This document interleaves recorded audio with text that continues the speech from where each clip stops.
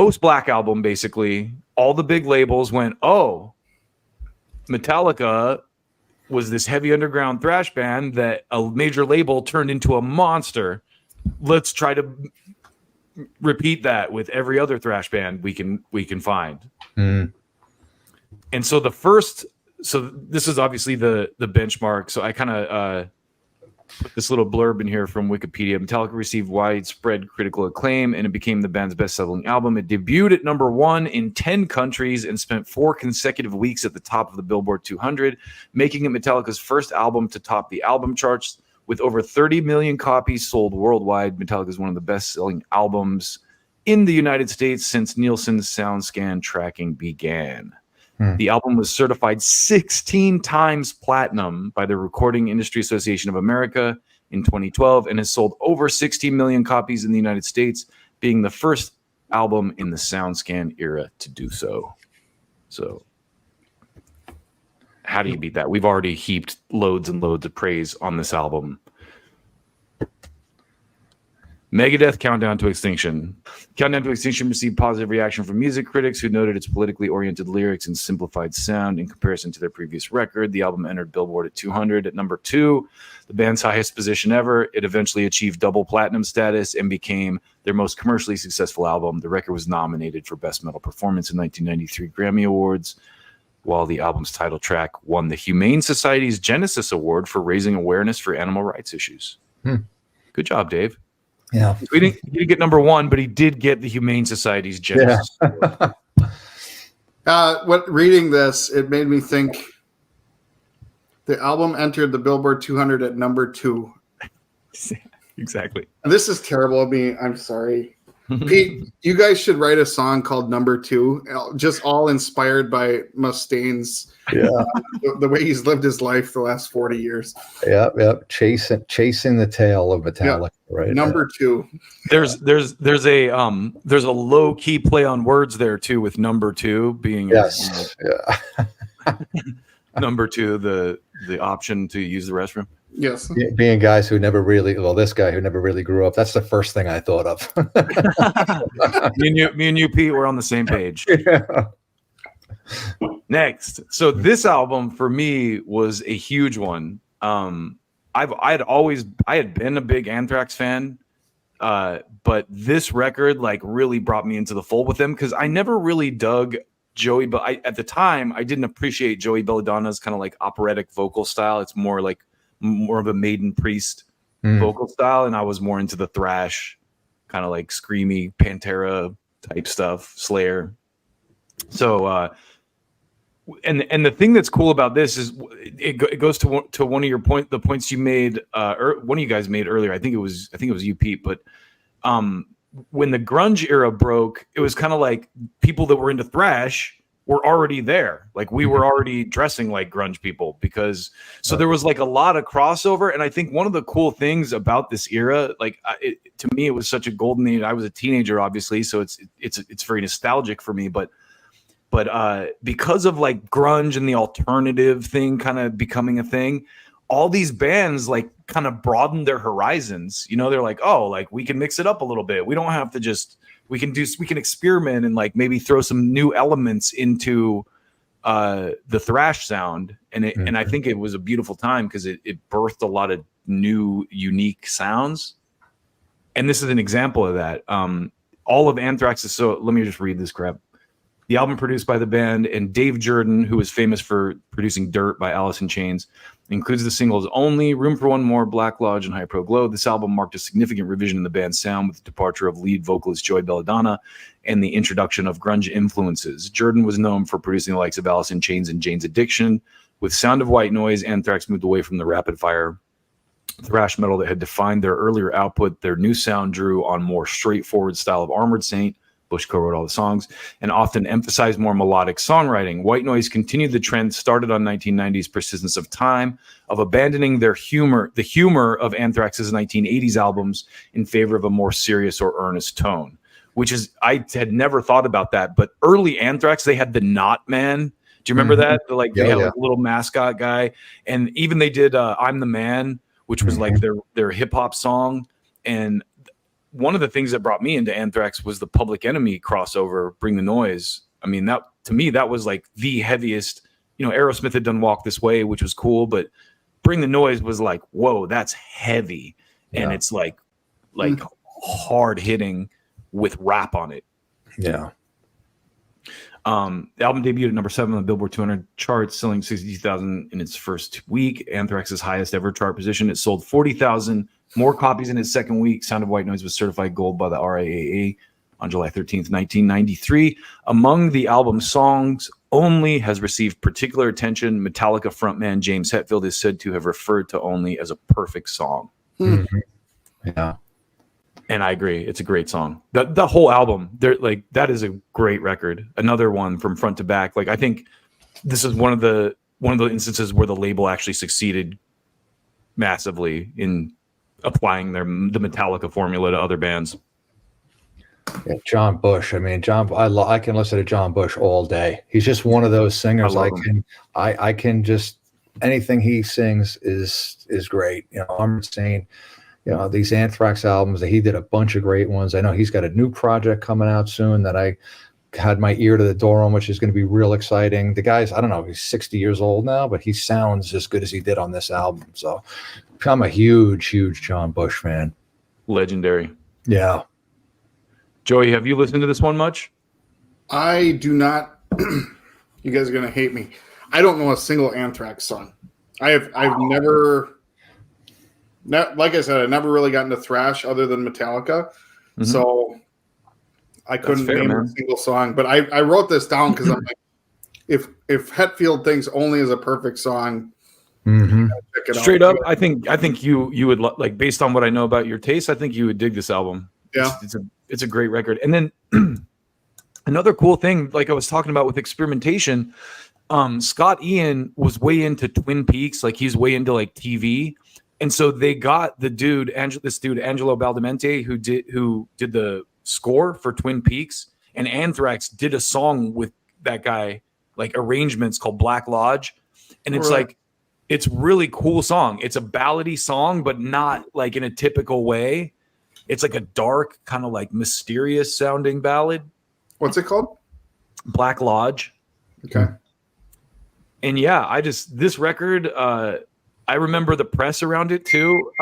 Scott Ian was talking a lot of shit about Joey because they threw Joey. He's like, we want to do heavier stuff. And then this guy can't sing heavier stuff because Scott Ian was doing a lot of the vocal parts when they would hit heavier parts because Joey's more of a like, type singer. Yeah. And so they were kind of dissing him. And then, so it's great to see that they kind of came back together and they have, you know, they're because the stuff they've done in the recent years with Joey is fantastic too. For All Kings and Worship Music are great records. Yep. So anyway, yeah, Joey, that's a must listen if you've never heard any. Yeah, I feel bad. Like I really got into Metallica.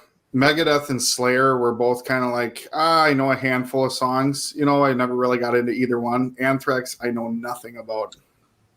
Oh, you'll love Only. Just put on Only, and that will suck you into the rest of the album for sure. Okay. Yeah. Yeah. There's so many good. There's a song called Room for One More. Yeah, Room for One More. I fucking love that song. Me too. John Bush's vocals just at that time, they just you're right. I never thought about like, wow, how fucking incredible John Bush is. Yeah. Yeah. Testament, The Ritual. Have you heard this record, Joey?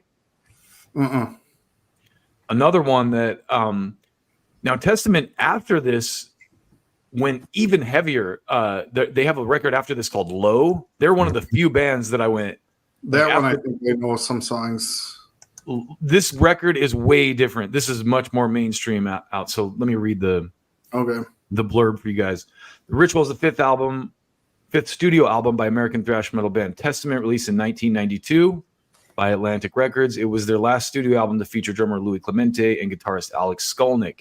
Until the latter rejoined the band in 2005, it was also their first album to be released and distributed only by Atlantic, whereas Testament's previous 4 albums were co-released by Megaforce Records, which was the label that you were talking about, Pete, with Johnny Z, and Anthrax was on that record label as well. On the Ritual, Testament began exploring a slower, more melodic approach while still maintaining their thrash roots. On certain songs in the album, including the title track, the longest song they had recorded at the time, in Return to Serenity, also see the band continuing to explore technical and progressive vein that was used on Practice What You Preach and Souls of Black.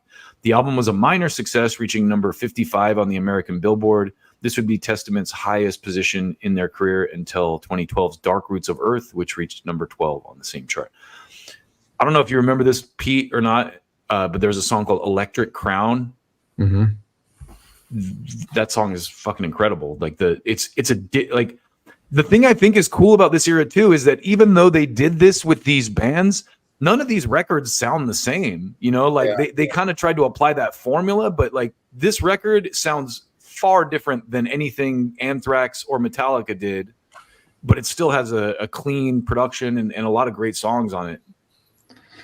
Yeah, I got to say personally, Testament, other than maybe the first album or two, I didn't follow them as closely as some of the other bands. I did love the album after this that you mentioned, Low. Low is great. That guitarist, I think, was the guitarist of Death.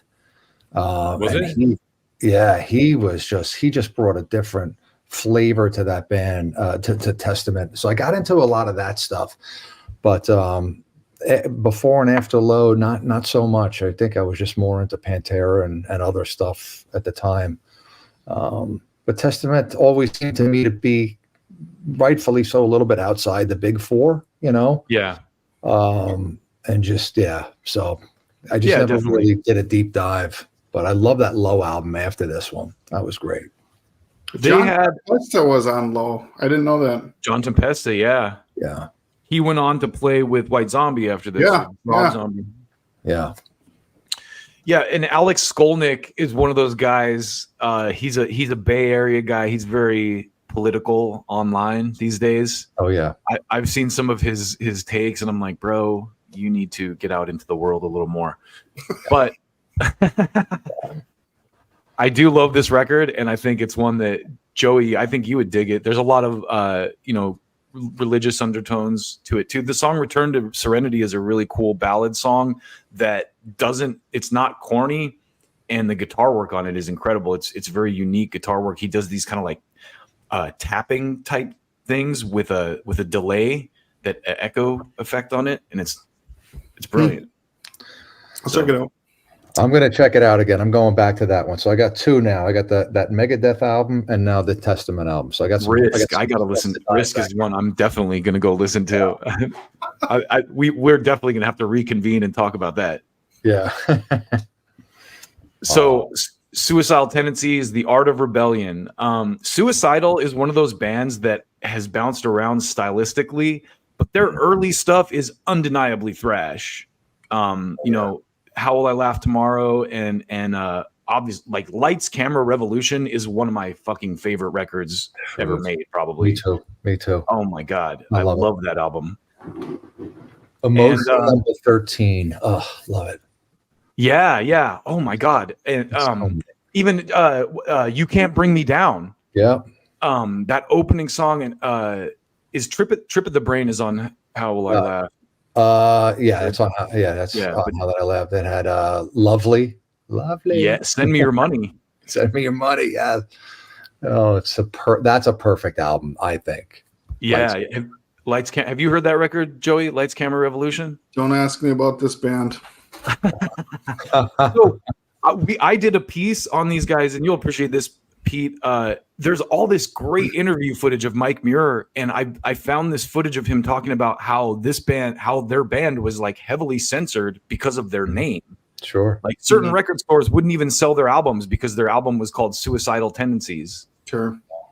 Yeah. And then they had, because of the way they dress, because they were skaters from Venice who wore bandanas and stuff, everyone said they were gangsters, and they brought gang violence and stuff to when they came around and stuff. So they've always kind of had a stigma, I think, around them. I remember seeing like reports on like devil music in the 80s or the 90s where they would actually show Suicidal Tendencies an example of like, see how evil this music is. Yeah, and their music doesn't match their name. I mean, that when you doesn't. listen to the songs, they got a lot of groove, a lot of, I mean, a lot of different styles in their songs. But I think Suicidal Tendencies. I think like Dying Fetus or something like Right. But that's not what they were when you spun the records. It's like kind of like, guys, you want to go back and smack them, just find a different name. Just pick a different name, But it's Mike Muir's brain, Yeah. and when you listen to him talk, I mean, have you ever seen him talk, Joey? Like he's always been drug free. He's very conservative. He talks a lot about his dad and his work ethic and anyway, to get into this record, this was really their like moment, and this record was another one of those albums that just kind of under the radar, fucking incredible album from front to back. Let me read the blurb real quick. The Art of Rebellion is the sixth studio album by American crossover thrash band Suicidal Tendencies, released in 1992 on Epic Records. It was the only Suicidal Tendencies album to be recorded without an official drummer. The drum tracks were handled by Josh Freese. Of course. Guy's like the ranch dressing of drums. He's on everything. Yeah. The Art of Rebellion maintains its position, and he's good on everything, as the band's most commercially successful album to date, and songs Nobody Hears and I'll Hate You Better have the distinction of being the only top 40 hits radio otherwise in Suicidal Tendencies' career. Released in the wake of the success of grunge and alternative rock, The Art of Rebellion is widely considered to be Suicidal's experimental album. Mike Clark has acknowledged this, but also mentioned that the album was not planned that way and was just a reflection of the band's musical growth. The songs show the band's continuing experimentation that had begun on its predecessor, Lights, Camera, Revolution, as well as more progressive song structures, a somewhat more alternative atmosphere, and even pop-oriented sound. This helped the band not only outride the explosion of alternative in the 1990s, it also helped them gain a fan base within that community. Nonetheless, the album still stays true to the band's thrash and punk roots on many of the songs. No lies detected. So this is Robert Trujillo is on this. Oh yeah, he was in Suicidal from day one. He's one of the day ones. Is he? And yeah, it wasn't until he left to go to Metallica that he stopped being in the band. Yeah. And I also got to give Suicidal props for Infectious Grooves, their side project, because I mean we don't have to do a whole sidebar into this, but I mean they were badass enough that Ozzy was on their first single. And they had Stephen Perkins from Jane's Addiction playing drums with them, and like I think that had a lot to do with them being part of the Venice community. But yeah, Suicidal and that whole crew, the Venice crew, they've just low key always been like when they did the Big Four shows with Slayer and Anthrax and Metallica and Megadeth. I was like, man, Suicidal is one of those bands that probably should have been part of that. At least an honorable mention. It should be the Big Five or the right, honorable mention might be good because they don't have anywhere near the fan base size probably that Metallica or Megadeth has. I don't know, if probably comparable to Megadeth at this point, but anyway, is great this album. Would you say this is their best album? Like if I was to check them out, do this one? I would say it's their most accessible. I lean towards the one before it, Lights, Camera, Revolution. Yeah, me too. But this one is incredible. I mean, there's a song called Monopoly on Sorrow on this one that I absolutely love. Like it's like a heavy folk song almost, and Mike Muir's vocals just work so well with it. But it's like a kind of a slower, like kind of like poppier song, and at the very end, they just take off and it's a really fast like punk thrash thing. So yeah, I love the way that they phrase this at the end, because at the time that this record came out, I spent a lot of time at this local record store called Crandall Audio, and the guy who ran it was like a total alternative guy. Like he listened to like Sonic Youth and the Pixies and like all that kind of stuff, Morrissey, and he loved this record. He like pimped this record like heavy, and it's a heavy record too, but it has that alternative and pop sensibility to it. So now, this is probably my least favorite of all of these, and I'll just read the blurb real quick. Force of Habit is the fifth. This is Exodus, Force of Habit. Force of Habit is the fifth studio album by American thrash metal band Exodus, released August 25th, 1992 by Capitol Records. The sound of this album was a departure from the band's previous albums, focusing on a slower and experimental sound, which presented a mixture of progressive and groove metal. Many of the song titles are common figures of speech, which is interesting. Thorn in My Side is one of the songs. Good Day to Die. Yeah, I didn't notice that theme, but that's pretty cool. Force of Habit received a mixed review from AllMusic's Roque Parisian, who stated that Exodus slows the pace a notch, drops the guitars a register, and gives the thrash a little room to breathe. Guitarist Gary Holt stated on Metal Evolution that Force of Habit is his least favorite Exodus album. Despite the album's mixed reception and the fact it did not chart on Billboard 200, like Exodus's previous 3 albums did, the music videos for Thorn in My Side and Good Day to Die received considerable airplay by MTV Headbangers Ball. The former was featured on an episode of Beavis and Butthead. So this came out in the era when I watched Headbangers Ball a lot, so I have pretty good memories of it. But I had been kind of an Exodus fan since like Toxic Waltz in that era. But they're one of those bands that I think the vocalist kills it for me in a lot of ways. Yeah. What do you think, Pete? I agree. I loved Bonded by Blood just because it was part of those early days. That music, along with Metallica, was just so. And being young punks, like so one of you guys was saying how you had the Guidos or the jocks, and then you had the guys like me who was smoking cigarettes at 13 and hanging out in the back of the bus, and that was just a great scene. But that was it for me. Bonded by Blood was kind of it. I liked Toxic Waltz, but the vocals, and even to this day, it's just I never was able to really grab onto any of their other albums. I think if that first album wasn't so pioneering and fresh and raw, that was it. So yeah, I don't even remember this album cover or anything, or even the title of it. This one totally went by me. Yeah. No, the reason I even know about it because I bought it. Because I like the song "Good Day to Die" and "Thorn in My Side," the videos. Because I used to watch. I was like a Headbangers Ball kid. And Headbangers Ball sold me on a lot of, and Beavis and Butthead too. They made a lot of bands in that day. But yeah, this is one of those records. It's another. I think I just included it mostly because of the fact that it was part of this formula where these big labels picked up these underground thrash bands and tried to like market them to a mainstream audience. Yeah.